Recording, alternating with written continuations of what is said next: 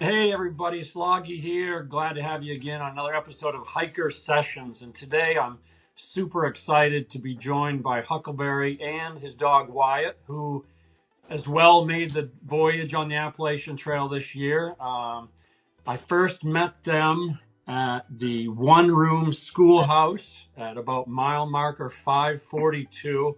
Yep. I remember it like it was yesterday.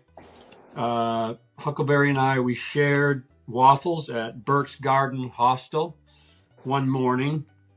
We drank a few adult beverages, some people more than others, at Dismal Falls along the way, which was a lot of fun. We caught an Uber to a convenience store at Penmar Park, where we hung out for about, 5 or 6 hours, it seemed like. Yep. Which was a pretty cool place that's just barely south of the Mason-Dixon line, for those of you who don't know who it is. We had some ice cream at Pine Grove Furnace. We had an awesome July 4th together at about mile 1261. A thru hiker from last year, Teach, had an unbelievable July 4th. What town? It was mile 1261. What town was that?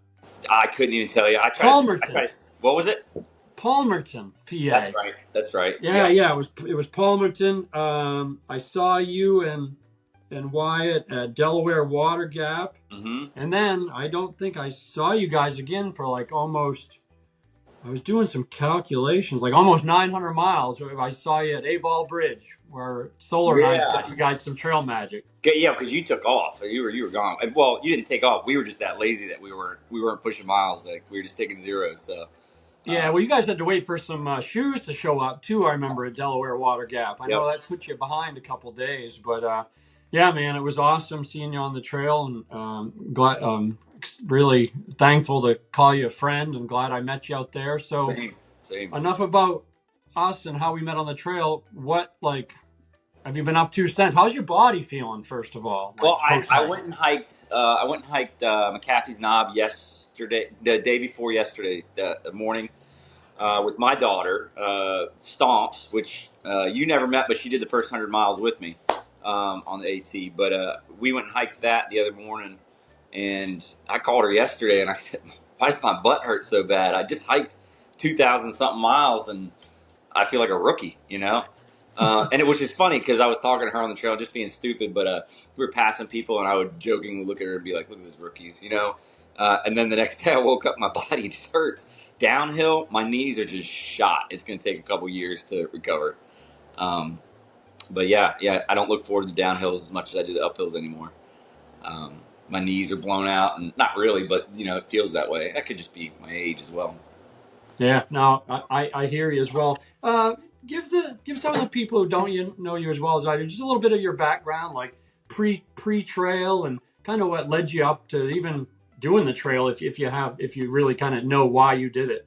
Yeah, so I lived in Florida on a school bus. I was a Marine back in the early parts of the Iraq War.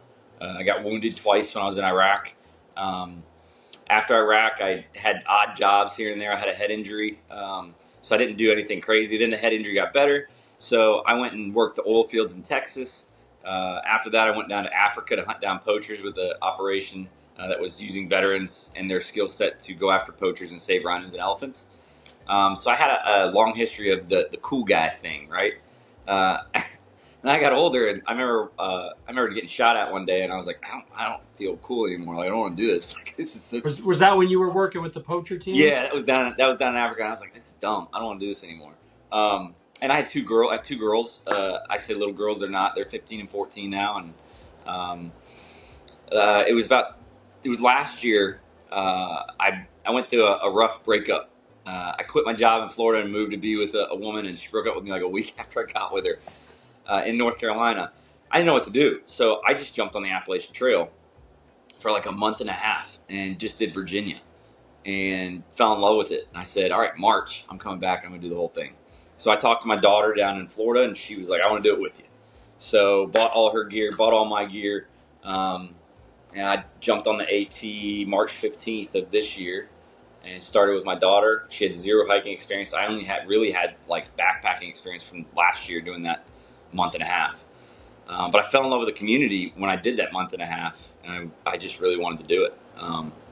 So yeah, that's pretty much the whole reason I got on the trail, was just fell in love with it after heartache and all those things. Plus I realized that month that I was out there going southbound, I realized how much I processed from that breakup, that I was, heartbroken, but I was processing so much.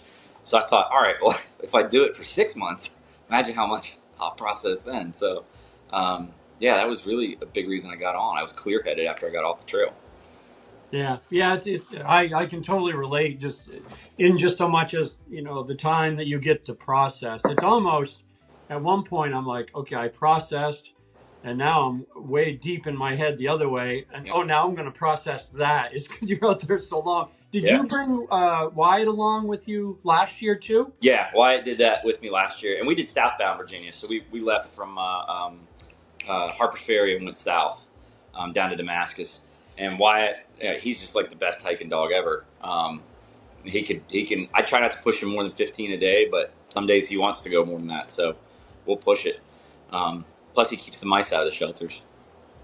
Yeah, that's a good thing. Yeah. What's you're probably, I think you will be, at least this year, for the next a dozen episodes or so, the only one who hiked with a dog. What were some challenges? Like, I had people ask me, like, gee, I'd like to go with my dog, like just 100-mile wilderness, Sure. and they're worried about it. What were some of the obviously, as a pet owner myself, I think I know like some of the rewarding things of it, but what were some of the challenges that you faced? Well, there were definitely challenges, but with Wyatt, he's so well trained. I've worked so hard. I didn't want to take a dog that wasn't trained on one-word commands. Like, I didn't have to chase him or any of that, and I had him, with one-word heel.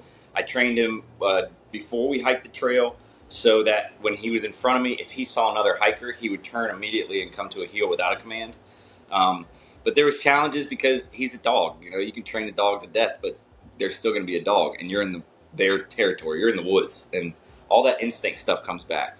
So some of the challenges just with the instinct things were he wanted to go after things. So those one-word commands were extremely important. And one of the bigger challenges was keeping weight on him. He burns it. It just being a healthy dog like he is, he burns it anyway, just like we burn it. And calories for us are easy because we know exactly what we're intaking. With a dog, they can't tell you, hey, I need this, I'm feeling lacking this, I need more fat here, or whatever. So just finding in small towns when resupply was difficult, finding the high protein, high fat content. And I just switched to puppy chow for him because that hell has that fat stuff in it. And then put everything in olive oil. But he was really lucky because, going north, you have different bubbles, and everyone loved him. So when I wasn't looking, people would feed him everything. So keeping that weight on was a little difficult. But when I saw a vet up in New York, because he had some hot spots, we had to get some powder for and some antibiotics. She said he was perfect weight. He looked great. So, yeah. No, that's great. What some of the challenges? So last year, when you did the hike last year, were you planning on going for the amount of distance or time you did, or did you just get to a certain point and be like, okay, that's good, or was there a time constraint? How did you decide last year to go the distance you went? I just jumped on. It was a weird time for hikers to do it. I didn't know anything like when hikers start, when they end, where they end, what they do. So I just started walking, and I stopped when it got too cold. I don't do well in the cold, so I just stopped and said, all right, we'll start it up again in March and be done. So I stopped in October. My daughter had turned 13, and so I went down and surprised her down in Florida for her birthday. And I thought about getting back on, and then I just thought, no, I'm not going to do that. So I wanted to prep, Yeah, were there one or two things you took away from that hike that you're like, okay, when I start again in March, I'm going to do whatever? I kind of or gear, or even gear related. The gear I started. I remember picking the brains. What was weird last year was I was going southbound, so it wasn't the bubble. I would be alone for almost 2 days, and then I would run into a southbounder, and I would try to keep up with them, but I was no legs, no nothing.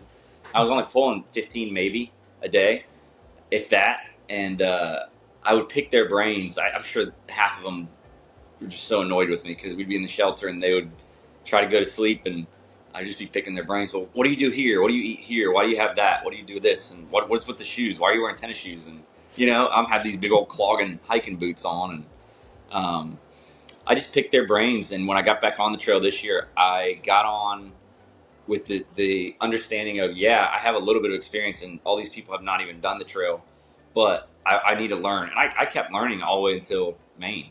And if I went in with the mindset of just keep an open mind. You don't know everything, and somebody's always got some little thing that they can teach you that you didn't know before. So, and I found that to be extremely helpful in this hike.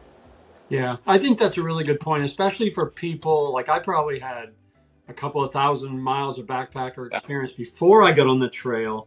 But what surprised me early on, and I think it's good to have an open mind, is that, I thought my gear was dialed in. I sent 5, 6, 7, 8 pounds of stuff home. I learned things on the trail, and what I really thought was cool was it didn't really matter whether you had a lot of experience or you just decided like a week before to go and hike. Like it didn't really come down to the gear or experience. It just came down to like, I've talked with other people. We've been trying to put our finger on like what it is that gets us all from point A to B on the AT, whether it's no bow or so bow. And like, what are your thoughts on that? I thought about a week ago I was talking with a friend, and then I just thought I'm still a novice backpacker. I am. I just did the whole Appalachian Trail, but I still consider myself a novice backpacker. I think what gets you to the end is just having that true grit. That's all it is. There's so many days where I was done and over it and did not want to walk and screw this wilderness. If I had one more gnat and it landed on my brain and my ear, I was going to throw my pack down and light it on fire. But it was just true grit. And then having the people that you surround yourself with, Bear, Busted, all those guys. The days I was the worst guy to hike with because I was just a pissed off individual. Hey man, come on, let's go. Let's just go to here today. We don't have to do a full day. Or hey, let's zero here, not a big deal. Or hey, we're gonna get to this town and we're gonna drink ourselves into oblivion and forget about the trail for one day. You'd feel it next day, but it was surrounding yourself with the people that would pick you up when you were not having any true grit. You didn't have any determination, and then just picking yourself up by your bootstraps when it was days that you just didn't want to finish and going. And what got me through is the percentage of people that finish.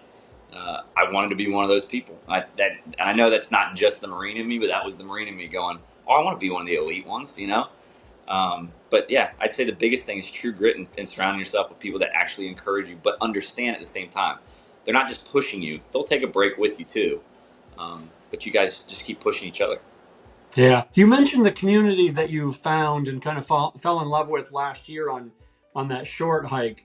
Yeah. Like, was that something that, because a lot of people that I've talked to, like, they didn't really, even if you watch a bunch of YouTube videos on the AT and stuff, I think a lot of people, to me, that was the best part of the hike, to be honest with you. Yeah.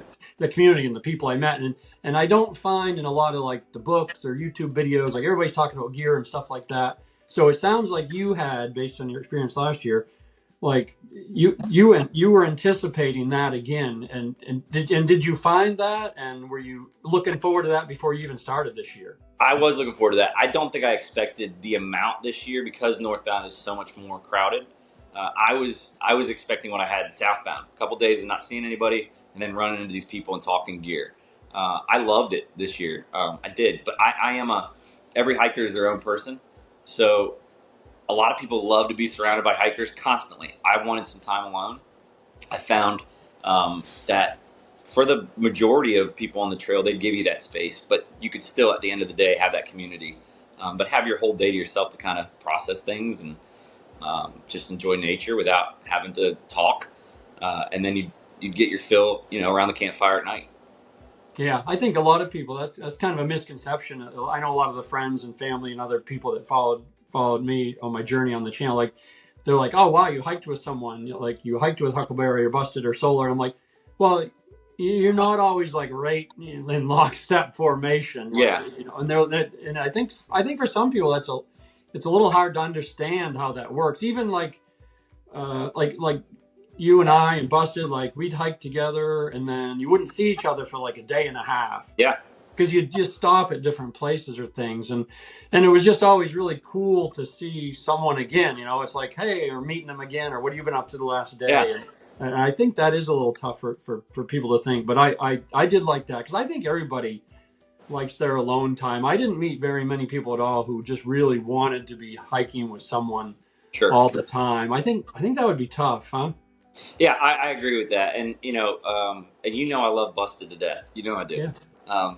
But there was days I had to look at him and go, I'm going to hike alone today. Because, we would just be in that formation, and I would be like, hey, I just need some space. And 100% of the time, not just with Busted, but I would do that to other people. I just need a day. I need a day for me. And everyone respected that. They would back off, and you'd meet back up, and, hey, did you see that wasp's nest? Oh, yeah, I got hit, 4 times. You'd talk about, you guys did the exact same path, but there was different stories from that day on the exact same path from each person. I thought that was really cool because everyone saw the trail differently, Yeah.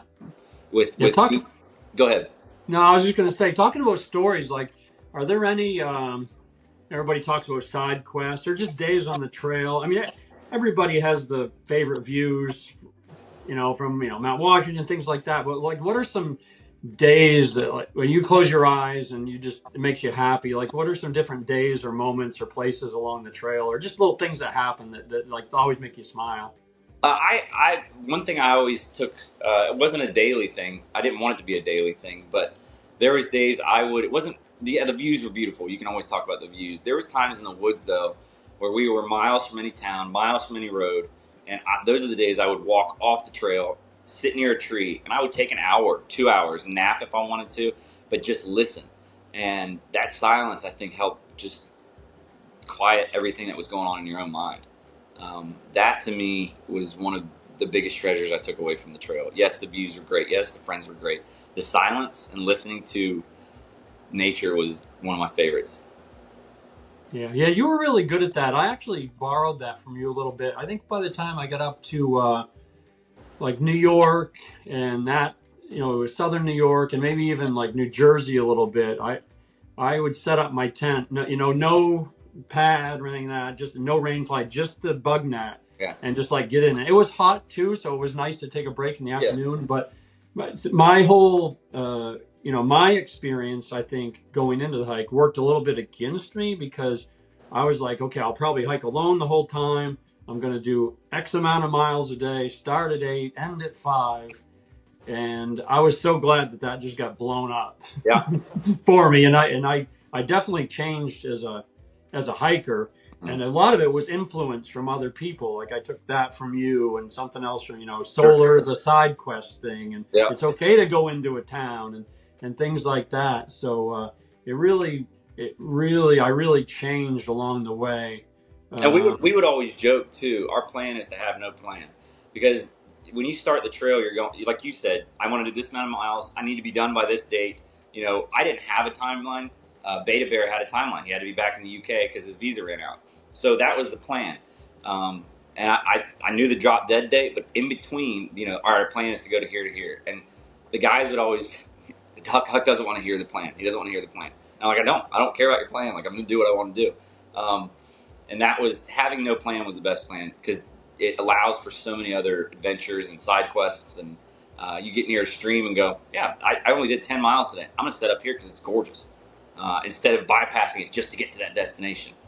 Because all of us are sitting here going, well, I need to get here and here and here and here. And then when we get off the trail, we're going, man, I wish I was back on the trail. So why rush through any of that? Enjoy every part of it. I was reading through my journal, and I made my own quote in one of the days. I can't remember where we were, but I wrote my journal, we'll figure out what we're going to do tomorrow. Yeah. I thought that was funny. Yeah, just take it like day by day. That was the best plan. And go, I have no idea what's going to happen tomorrow. It could start pissing from the sky, and I don't want to do anything, and that might just be my day. So that was the best plan, is just having that freedom of not having to be somewhere. We have plenty of that back in this world. Everyone always says the real world, but that was the real world. That's how God intended it, was to have all that beauty taken in. And we go, we'll back in the real world. This real world's like the Matrix. It sucks. And there's our friends and family that we love to be around, but out there, that was the plan to have, is just enjoy it. Don't do the hustle bustle like you do back here. Yeah. Do you have any plans to? I know you've got some plans that I definitely want to talk about for Sure. next hiker season. But you yourself, as far as hikes, I know Busted had said something about he might want to do the CDT. Any long distance hikes in your future, or what's your feelings on that? I'd like to do the PCT at some point.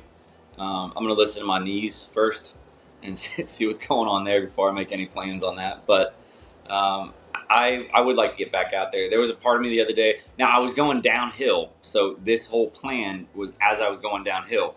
You talk to me as I'm going uphill, I'd be like, no, it's not happening. But I said, I wouldn't mind doing the AT again. Maybe go south this time. I don't know if that was, I don't know what was talking, but right now processing it, I don't know what I'm talking about. But yeah, I think it'd be fun to do it again. I kind of had a respect and all that for meeting some of the hikers that had done it 3 or 4 times. I thought that was cool. It became their trail, and they would say that this is my trail, and that was really cool because they knew the ins and outs, they knew everything, and they were just out there enjoying it. And at that point, once you've done it twice, you've learned how to enjoy it the right way. There's probably you and Solar and all of us. We could probably look back on this past hike and go, "Wish I'd have done this just a little bit different." So that's. What's that for you? What's that look like for you? Something you wish you'd done a little different? Okay. So something I wish I'd have done a little bit different was, I wish I'd had the patience that I learned from the trail on the trail. Does that make sense? So I learned patience while on the trail, and I'm still working on it. But I wish I'd had the patience on the trail that I have now from the trail. That's something I really wish I'd have had. Yeah, that makes sense to me. And you mentioned about you do the AT again. I have a friend that did the AT Nobo in 2014 and 2019, and I remember thinking to myself, like, why would you do that twice? Why wouldn't you go do the PCT? And I met another guy at Gooch Gap Shelter day 2, and it was his second time doing it. And I thought one thing that really stuck with me, he was like, the second time here, it's going to be way better because I'm not going to have to take pictures of everything. And I remember thinking geez, you want to get good pictures. And then, I don't know, maybe a month later, I'm like, wow, I totally get what he was saying now. What would your reason be for doing it again? That's a really good point, and I thought about that too. I hate to admit this, especially on camera, but I did a lot of the pictures, for the people back home. And I wish that I would have just put the phone down or in my fanny pack and gone, just enjoy it. I learned to do that while on the trail, but you're still sitting there watching the view going, oh, that would make a really cool picture. Instead of mentally doing it. I did learn, though, that I would take 5 minutes. I'd take the picture and then take 5 minutes for myself to soak it. But yeah, that would be one of my big reasons to do it, is just almost put everything away technology-wise and enjoy that complete. I say freedom. It's not freedom until you put all the technology down. That's freedom. That's not, you're not tied to anything. You're not thinking about what people are going to like it on Facebook and Instagram and all that crap. So yeah, that's one of the big reasons I would do it. Yeah, I did like a lot of your stuff on Instagram, though. I got to admit. Thank you. I'm an excellent photographer. Thank you. Hey, so tell the people so coming off the trail, what have you been up to as far as looking toward next hiker season? What do you got going on down there in Virginia? So I got off the AT, which was wicked, by the way. I came down off Katahdin and got norovirus as I'm coming off the descent of Katahdin. So I took a train ride back to Virginia to meet up with my girlfriend here. And I'm from Virginia originally, but I didn't have anything here or anything like that. I fell in love with the McAfee Knob area, the Catawba mountain range. And got a house 2 minutes from Catawba in a little cabin on 2 acres out here. And my property backs up to Jefferson National Forest. So Dragon's Tooth is 2 minutes this way. McAfee's is 5 minutes this way. And I'm going to do a soft opening this year of a hostel. And it's not going to be there's an old barn out back I'd like to gut and make that into a bunkhouse. It's not going to start this year, but it will eventually get that point. But for now, it's just going to be, $15 tent sites and shower, a ride to get resupplied, and some laundry. and I just want to help out hikers. This year I'm going to do a reunion for AT hikers in June, and I'm inviting whoever wants to come, even if I didn't meet them, somebody else invites them, and do a huge party here on the property. Throw out tents, all these things, maybe get a couple yurts for people, and then do a huge like pig roast. Of course, for the vegetarians, I'll have something in there too. But then do that with Trail Magic, because Trail Magic was one of the coolest things on the trail. And to give that back, I want people to get done with their hike this year or next year, and look back and go, yeah, you remember that one Trail Magic at Catawba? That was the best Trail Magic on the trail. That's what I would like to happen. I think that'd be a great spot for it too, because I remember that whole that Virginia Triple Crown, and it might have been just the way I was feeling or whatever physically at that point, because I didn't end up taking my first zero to Daleville, but that was like a long stretch, that whole stretch there to get to Daleville. So to have something along the way there, some kind of like Trail Magic, I think that'd be an awesome spot. What Trail Magics do you remember from the trail? I can't remember the specific gaps. I just remember what was going on there. Right. One was early on with my daughter was with me. I had just met Busted. Busted's tent broke. He earned the name Busted because I had all his stuff was Busted stuff. And I gave him my daughter's tent because my daughter's like, I'd rather sleep in your tent because it's cold. I don't want to be in my own tent. And so I gave him the tent, but we came across Stomps, my daughter. She was starving, and somebody had said, pizza at Trail Magic up at the Gap. So we just started booking it. We got there was a cooler of beer, there was pizza, there was hot dogs. I think I housed like 9 hot dogs, and they were not good, but they were so good. So that was my first like real experience with Trail Magic.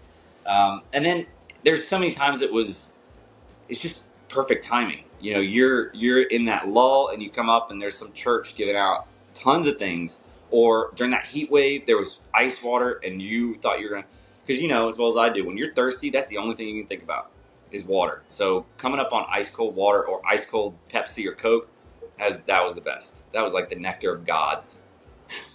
It was. That was my favorite thing. I'm going to be putting together a video on just kind of like the costs and a lot of just number things and my favorites. Well, one of my biggest favorites, Sloggy, not just because you're interviewing me, but coming out of that 100-mile wilderness, and you and Soul are sitting there with some pizzas and beer, and I was like, this is the best day ever. I don't even want the trail to end. I looked up at Katahdin, and I was like, yeah, it's cool and everything, but pizza's down here. So that was, I think, one of the best Trail Magics, because we had just got out of the 100-mile. I was tired. I was hungry. And that was really good Trail Magic. Yeah. No, I was so happy to do that. We were here. I had Solar here doing work for stay at my house, and we were out burning and cutting brush, and you texted, and I'm like, we showered and like hit the road. That was the fastest I've ever got to A-Ball Bridge from my house. That was that was the best. That was awesome. And it's interesting because I talked to, I'd done a little Trail Magic in the 100-mile wilderness through the years, but talking to people that are like the professionals on the AT, like the joy that they get out of that. I can't even describe it. I can kind of feel it. You can almost feel it from them. Yeah. Right? Like getting into your soul, but like they just enjoy it so much. And it's a great feeling to be around those people. I think it was cool too, not just the professional Trail Magic people. I met so many people that was their first time doing it. In the 100-mile wilderness, there was a young couple and another couple, and it was their first time. It was her birthday. That's what she wanted to do for her birthday. So they drove down some logging road, and they made hot dogs. They didn't have enough at all for everybody, but it was perfect. And to see how the further north you get, how people do even hot dogs. They were buttering regular like white bread, buttering it, and making that into the hot dog bun. And we ran into that, and finally me and Busted looked at each other, and I was like, is this like a northern thing or what? and we asked them, and that was it. But just to see the people get joy out of it for the first time. They're out there to serve these hikers coming through. And I never saw one hiker that was ungrateful. It was always showering thanks for these people doing it. So I thought that was really cool too.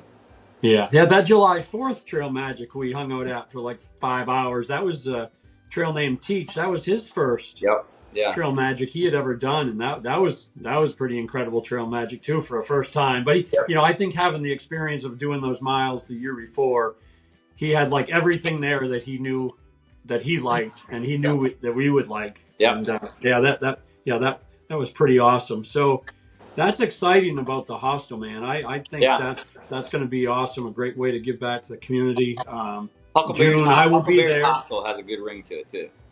Yeah. Oh, just because some people want to know. So, where did your trail name? How did you get your trail name? So, like I said in the Huckleberry. beginning, I have so many different stories of going to work the oil rigs in Texas, and then working in Africa, and then the Marine Corps and Iraq and all this sort of stuff. Last year, somebody named me. They were like, "Man, you're like Huckleberry Finn with all these stories," and Huckleberry just stuck. Um, and then now it's just Huck, like constantly. So I'm pretty sure most people that I was close with for 6 months don't even know what my real name is, and that's fine. I still go by Huck here. My neighbors call me Huck. That's how I introduce myself now. I just stuck, and that's the person I want to be, is the person that was free and able to do this and able to do that. So, yeah, that's where it came from. It just stuck around. Even at Yeah, my work, my name tag says Huck. that's funny. It's funny you say that because one of the things that surprised me, and we'll wrap up with your thoughts on what I'm about to say. Sure. I thought that the being on the trail with the anonymity, because we don't know, I mean, I didn't know your name, you don't know mine, what we did, like everyone we met, like it was just the trail name and that was it. I thought that the anonymity of that would almost create like more, this isn't the right word, lying, but like untruthfulness, or people would embellish or things. But what I found in my experience was everyone was way more real, and you Yeah. touched on it a little earlier, on the trail, and honest and open. And I know I had conversations with people that there was one lady I met, I hiked with her for one day, and I think we had more, like, not not intimate, but like just more real, open, honest conversations with people, male and female, and Yeah. everybody else in between on the trail, and that blew me away. What was your experience? Yeah, people were more real, and maybe the names helped because they could kind of bare their soul to this person that they're hiking with, and having that camaraderie. The same as in war, the same as in certain jobs. That camaraderie of embracing the suck every single day. That slog you went through, the crap I went through yesterday. So I don't mind opening up to that person because we're in the same bag together. We're in the same boat. We were all on an equal playing field. You could have been a doctor back home and a construction worker right behind him, but we were all on an equal playing field out there. And I think that helped with that openness and that honestness of, yeah, I'd love to talk to this person about my life. And I think the healthy part of processing things out there, you process them in such a healthy way that you want to kind of share that experience with somebody, where you open up and go, yeah, I was thinking about this. Sometimes it would catch me off guard. I'm not even on their level, and they would go, yeah, so when I was a kid, I got beat up in school and stuffed in a locker or whatever. And Yeah. oh, okay, we're talking about that kind of stuff right now. That's fine. But you would usually jump on board with them and go right along with it. It was that was the coolest thing about the trail was the equal playing field, I would say. Yeah. And the names helped. I think that having those names, you just felt like you could open up a little bit more.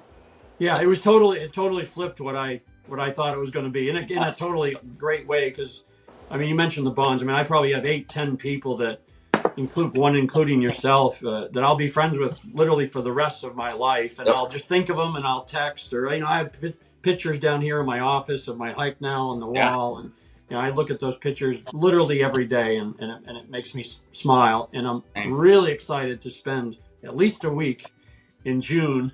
Yep. I've already got it on my calendar for next summer. Come down and help you out at the hostel. Yeah. Do some trail magic. So man, that's going to be awesome. And what was really cool too? I was thinking about this the other day. I got friends from my childhood that didn't call me on Thanksgiving. Didn't forgot this anniversary or this date or whatever. And my phone will just go off randomly with Pilgrim, with Solar, with Sloggy, with Busted, with all these guys from the trail. Hey man, just wanted to say Happy Thanksgiving. I had to call Beta Bear because he's in England. I was like, Happy Thanksgiving. He was like, we don't do that here. And I was like, I know, but we do because that's freedom. So, yeah. But yeah, that closeness that you got with people calling you, and your childhood friends, you can't explain to them what the trail was like. You only have that closeness and that camaraderie with the people that were there. So that's what I really loved about the trail. Yeah. Well, look, man, thanks for joining, and I know people that I that followed me on my channel, and your name would come up, or other people's. They're like, or what's this one person up to now, or what's that person up to now. So Yeah. I hope this gives people a little a little insight into how they can operate in their lives daily, and then also a little update on what you're up to, and definitely we'll try to send some people your way to the hostel, because I think it'll become one of the favorite stops on the AT. I'm hoping. Yeah, that'll be fun. All right, man. Well, thanks for joining. I'll talk to you again soon. Thanks, Loggy. All right. See you. Bye.